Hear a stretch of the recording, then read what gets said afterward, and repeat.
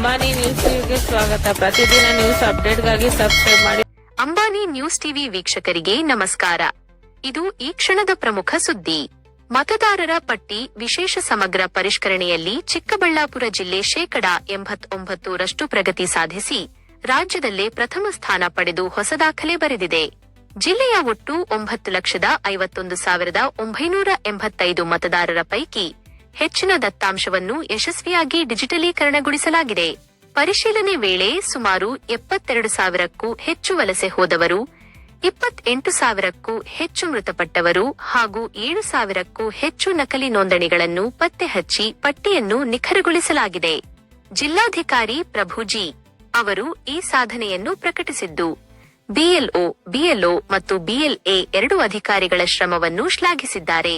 ಮಹತ್ವದ ಸೂಚನೆ: ಬಾಕಿ ಉಳಿದಿರುವ ಮತದಾರರ ಪರಿಶೀಲನೆಗಾಗಿ ಜುಲೈ 29ರಿಂದ ಆಗಸ್ಟ್ 8ರವರೆಗೆ 2ನೇ ಸುತ್ತಿನ ಮನೆ ಭೇಟಿ ನಡೆಯಲಿದೆ.